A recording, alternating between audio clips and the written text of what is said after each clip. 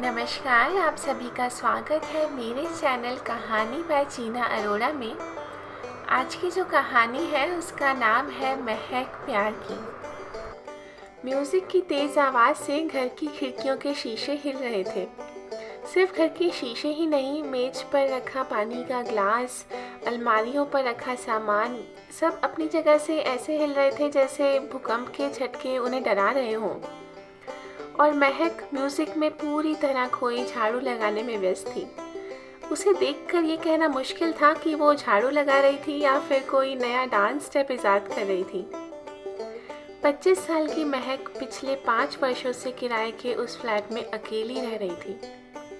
Dance और music उसके शौक थे और पैसे कमाने का जरिया भी।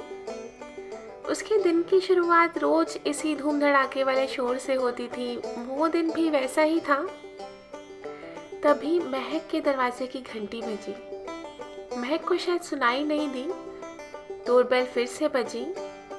म्यूजिक बंद हो गया। शायद घंटी की आवाज़ महक के कानों तक पहुंच गई थी। कौन सुबह सुबह डिस्टर्ब करने चला आया? महक बड़बड़ाते हुए दरवाजे तक गई। झाड़ू अभी भी उसके हाथ में ही थी। दरवाज़ा खोला तो सामने 8-10 साल का बच्चा खड़ा था। क्या है? महक ने दरवाज़ा खोलकर गुस्से से पूछा। महक के हाथ में झाड़ू देखकर वो बच्चा पहले 2 कदम पीछे हो गया और फिर धीरे से बोला, आंटी प्लीज़ म्यूज़िक का वॉल्यूम थोड़ा कम कर दीजिए। उस बच्चे ने बस उतना ही कहा और बड़ी तेज़ी से उल्टे पांव सीढ़ियों से नीचे उतर गया। क्या बोला? आंटी? मैं तुम्हें आंटी नज़र आती हूँ? वो बच्चा तब तक नीचे जा चुका था। महक चिढ़ती हुई अंदर आई और म्यूज़िक फिर से ऑन करके वापस झाड़ू लगाने लगी। करीब 5 मिनट बाद दरवाजे की घंटी फिर से बजी। दरवाजे के साथ साथ उसका मुंह और आंखें भी थोड़ी देर के लिए खुले ही रह गए। जी, मैं कल रात ही नीचे वाले फ्लोर पर शिफ्ट हुआ हूँ। पूरी रात सामान एडजस्ट करने में बीत गई और अभी आंख लगी। लेकिन आपको नहीं लगता कि इतने तेज़ म्यूज़िक से किसी को दिक्कत हो सकती है? तो अगर आपको कोई तकलीफ़ ना हो तो वॉल्यूम थोड़ा कम करके म्यूज़िक सुन लीजिए प्लीज़। काले बालों के बीच से चमकते हुए सफ़ेद बाल, चेहरे पर हल्की दाढ़ी, नरमी की चादर ओढ़े भारी आवाज़ और आंखों में डूबो लेने वाली गहराई। 40 से 42 उम्र का वो शख्स अपनी पूरी बात कहकर चला गया और महक वहीं दरवाजे पर बुत बनी खड़ी रही। महक ने म्यूज़िक बंद किया और चुपचाप सोफे पर बैठ गई। उस शख्स की वो आवाज़ अभी तक उसके कानों में गूंज रही थी। महक आंखें बंद करके मानो अभी अभी गुजरे पल का रिकैप देखने की कोशिश करने लगी। आंखें बंद थी और होठ मुस्कुरा रहे थे। फिर झट से महक ने अपनी आंखें खोली, दोनों हाथों से अपने गालों को थपथपाने लगी। क्या क्या सोच रही हूँ मैं? कुछ भी। इतने काम बाकी हैं, एकेडमी जाना है। मैं खुद से ही खुश हो रही थी और खुद से ही नाराज़। कुछ तो था उसके मन में, खिलने की कोशिश कर रहा था। खैर, महक ने अपने मन के घोड़ों को बांधा, फिर जल्दी जल्दी अपना काम निपटाया, तैयार हुई और एकेडमी जाने के लिए निकल गई। सीढ़ियाँ उतरते महक के पैरों की रफ्तार नीचे वाले फ्लोर पर आते ही रुक गई। वही शख्स फिर से सामने अपने दरवाजे को लॉक कर रहा था। तेज़ म्यूज़िक से आपकी नींद डिस्टर्ब हुई, उसके लिए सॉरी। एक्चुअली मुझे पता नहीं चला कि फ्लोर पर कोई रहने आया है। आगे से ध्यान रखूँगी। अपनी बात कहकर महक वहीं खड़ी रही, शायद जवाब के इंतज़ार में। अरे सुनिए तो, आपका नाम। ये कहते कहते मुंह पर हाथ रख लिया था महक ने, लेकिन आवाज़ उस अजनबी शख्स तक पहुंच गई थी। वो बिना रुके सीढ़ियाँ उतरता गया। हाँ, नाम ज़रूर बता गया था अपना, मयंक। जी शुक्रिया। जवाब बस इतना सा आया और वो अजनबी सीढ़ियाँ उतरने लगा। कितना अजीब सा इंसान है। मैं इतने प्यार से बात कर रही हूँ और वो है। मेरी ही गलती है। पता नहीं क्यों उसे देखते ही शराफत की सारी नदियाँ मेरे अंदर से बहकर बाहर आने की कोशिश करने लगी। अब से कोई दुआ सलाम नहीं। ये इंसानी फितरत है। अगर हम किसी को तवज्जो देते हैं तो वापस उसी की उम्मीद रखते हैं, और उम्मीद तो उम्मीद है, कब तक दे जाए किसे पता। जान पहचान बढ़ाने की महक की उम्मीदों पर भी पानी फिर गया था। महक अपनी एकेडमी चली गई। पूरा दिन बीत गया। शाम को महक जब घर लौटी तो घर के सामने बच्चों की टोली खेलने और हुड़दंग मचाने में लगी थी। महक कानों में ईयरफोन लगाए गाने सुनते हुए अपने घर तक पहुंची ही थी कि बॉल तेज़ी से आई और उसके हाथ पर लग गई। उसका मोबाइल फ़ोन नीचे गिर गया और 2-3 टुकड़ों में बिखर गया। उसके हाले दिल को समझता प्यार भरा एक गाना उसके फ़ोन के टूटते ही बंद हो गया था। महक एक हाथ में अपना टूटा हुआ मोबाइल फ़ोन और एक हाथ में बच्चों की बॉल लेकर बच्चों की तरफ मुड़ी ही थी कि सब एक रफू चक्कर से हो गए। बस एक छोटा बच्चा था, हाथ में बैट लिए, घबराया सा वहाँ अकेले खड़ा था। क्यों, कहाँ गए तुम्हारे बाकी के दोस्त? और तुम वही हो ना जो सुबह सुबह मेरे घर में आए थे? चलो बताओ, कहाँ है तुम्हारा घर? अभी तुम्हारी मम्मी से शिकायत करती हूँ, चलो बताओ। महक ने उस बच्चे का हाथ पकड़ा और उसके घर ले जाने लगी। अभी तक डरा सहमा सा खड़ा बच्चा अचानक रोने लगा। उसने बैट वहीं ज़मीन पर फेंका और रोते हुए वहाँ से भाग गया। अरे अरे सुनो तो, महक पीछे से रोकती रही पर उस बच्चे ने पलट कर नहीं देखा। वो बच्चा दौड़ता हुआ उसी बिल्डिंग में दाखिल हुआ जहाँ महक रहती थी। महक भी उसके पीछे पीछे गई।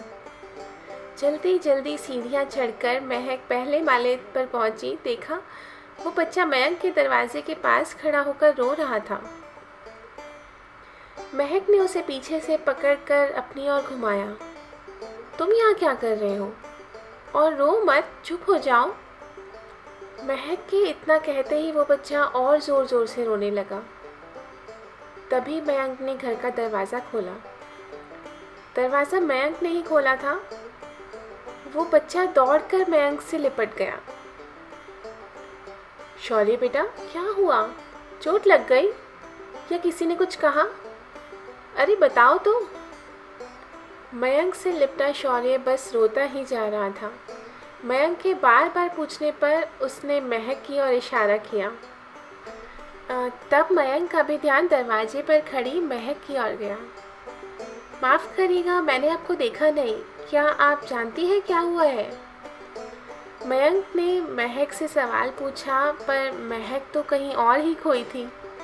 उस वक्त शायद अपने दिल को कोस रही थी जो बिना जाने समझे एक ऐसे शख्स की ओर खींचा चला आ रहा था जो एक बच्चे का पिता था और जाहिर है किसी का पति भी। शौर्य, अंदर चलो और फिर मुझे बताओ क्या हुआ है। मयंक ने शौर्य को अंदर ले जाकर सोफे पर बिठाया। महक दरवाजे पर ही खड़ी रही। माफ़ कीजिएगा, गलती किसी की भी और पर नुकसान आपका हो गया। क्या मैं देख सकता हूँ आपका मोबाइल, शायद ठीक हो सके? मयंक ने महक का मोबाइल मांगा और उसे जोड़ने की कोशिश करने लगा। आप अंदर आ जाइए प्लीज़।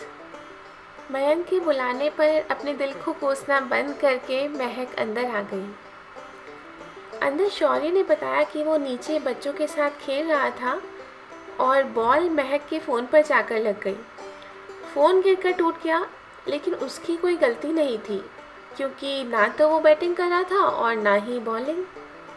फिर सब बच्चे बैट उसके हाथ में थमाकर भाग गए और वो वहाँ फंस गया। शौर्य की बातें सुनकर महक को हंसी आ गई। मयंक के चेहरे पर भी हल्की मुस्कान छा गई थी। हालांकि मयंक ने पूरी कोशिश की थी उस मुस्कान को छुपाने की। और महक ड्राइंग रूम की दीवारों पर सजी तस्वीरों के ज़रिए मयंक की ज़िंदगी को और नज़दीक से पढ़ने की कोशिश में लग गई। दीवारों पर ज़्यादातर तस्वीरें मयंक और शौर्य की ही थीं। शौर्य आपका बेटा है ना? महक ने एक जाना समझा सवाल पूछा था जिसके जवाब में मयंक ने बस धीरे से सिर हिला दिया था। और आपकी वाइफ? महक ने काफ़ी संकोच के साथ ये सवाल पूछा था। नहीं है, बस इन 2 शब्दों में समेट दिया था मयंक ने जवाब। I am sorry. वैसे क्या हुआ था उन्हें? महक मयंक की ज़िंदगी की किताब के पन्ने पलटने की कोशिश कर रही थी। नहीं नहीं, आप जो समझ रही है वैसा कुछ नहीं है। मयंक ने महक की सोच के दौड़ते घोड़ों को वहीं रोक दिया। ओह माफ़ कीजिएगा, मुझे कुछ और ही लगा। अच्छा तो मायके गई हैं? महक बस जान लेना चाहती थी सब कुछ मयंक के बारे में, पर क्यों ये वो खुद भी नहीं समझ पा रही थी। लेकिन मयंक नहीं चाहता था महक से कुछ भी साझा करना या महक को कुछ भी बताना। बन नहीं पाएगा, लगता है मोबाइल रिपेयरिंग शॉप पर ही देना पड़ेगा। आप चाहें तो मैं कल बनवा के आपको दे दूँगा। तब तक आप मेरा एक्स्ट्रा रखा फ़ोन यूज़ कर सकते हैं। आप बैठिए, मैं आपके लिए चाय लेकर आता हूँ और फ़ोन भी। मयंक ने फ़ोन लाकर महक को दिया, फिर चाय बनाने के लिए किचन की ओर जाने लगा, पर महक ने उसे रोक दिया। जी, फ़ोन के लिए शुक्रिया, पर माफ़ करिएगा, चाय मैं सिर्फ़ अपने हाथों की ही बनी पीती हूँ। शायद महक को एहसास हो गया था कि उसकी मौजूदगी और सवालों से मयंक को कुछ असहज फील हो रहा था, इसलिए वो फ़ोन लेकर दरवाजे की ओर बढ़ गई। फिर भी कदम उसके साथ नहीं दे रहे थे। महक का दिमाग उसे सही गलत समझाने में लगा था, पर दिल न जाने क्यों महक का मयंक की ओर ही खिंचा चला जा रहा था। बस एक दिन और सिर्फ 3 मुलाकातों में क्यों एक अनजान शख्स महक को सदियों से जाना हुआ लग रहा था। इस खिंचाव को रोकने का इस वक्त महक के पास सिर्फ एक ही तरीका था कि वो वहाँ से चली जाए। महक ने जल्दी से दरवाज़ा खोला और बिना एक भी बार पीछे मुड़े सीधे ऊपर सीढ़ियाँ चढ़ गई। महक उस रात काफ़ी देर तक मयंक के बारे में ही सोचती रही, ये जानते हुए भी कि मयंक शादीशुदा था।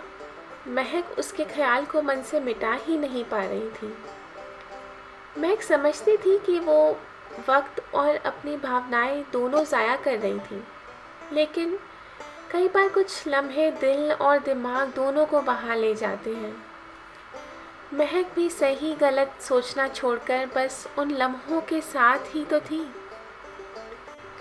महक की रात तो जागते हुए ही बीत गई, पर सुबह वो देर तक सोती रही और उसकी नींद खुली डोरबेल से।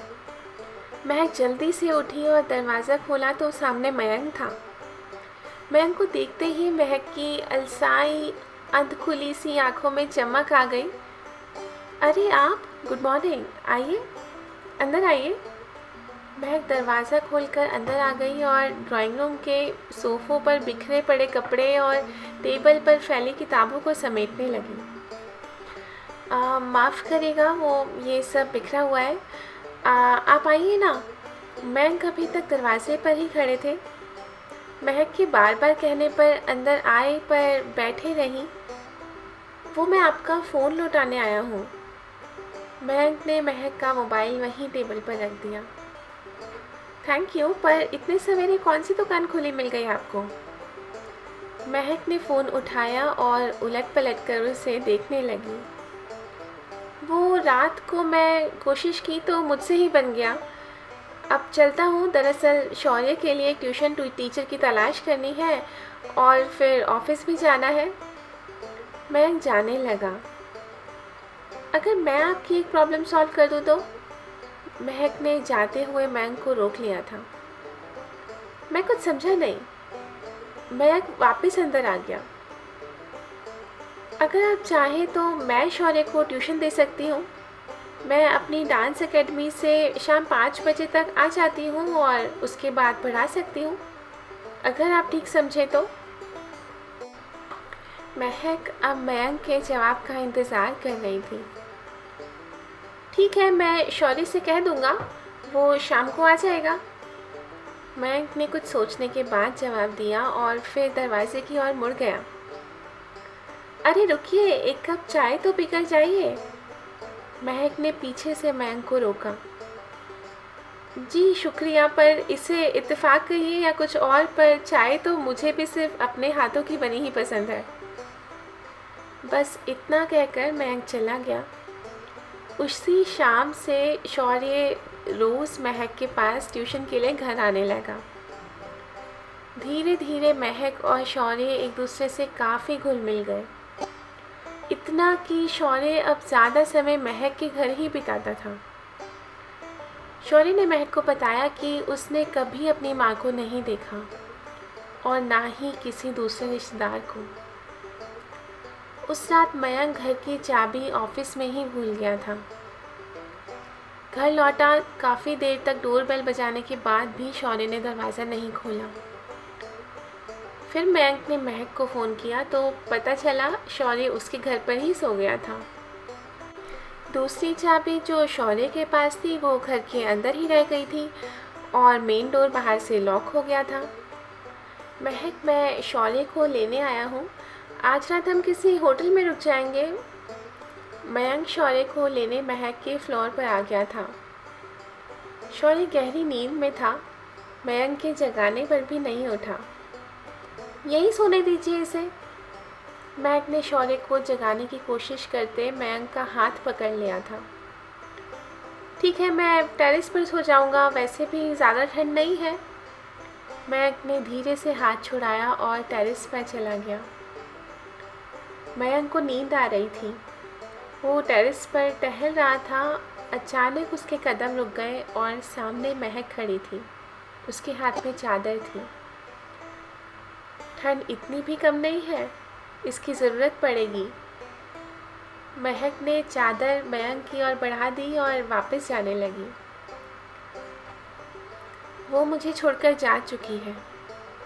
मयंक खुद से ही कुछ कह रहा था या महक से, ये समझ नहीं आया। आपने मुझसे कुछ कहा? टेरेस से नीचे जाती महक रुक गई। हाँ, बताना चाहता हूँ वो सब जो शायद आप जानना चाहती हैं। मयंक वहीं टेरेस की ज़मीन पर बैठ गया। महक भी मयंक के पास लेकिन कुछ दूरी बनाकर बैठ गई।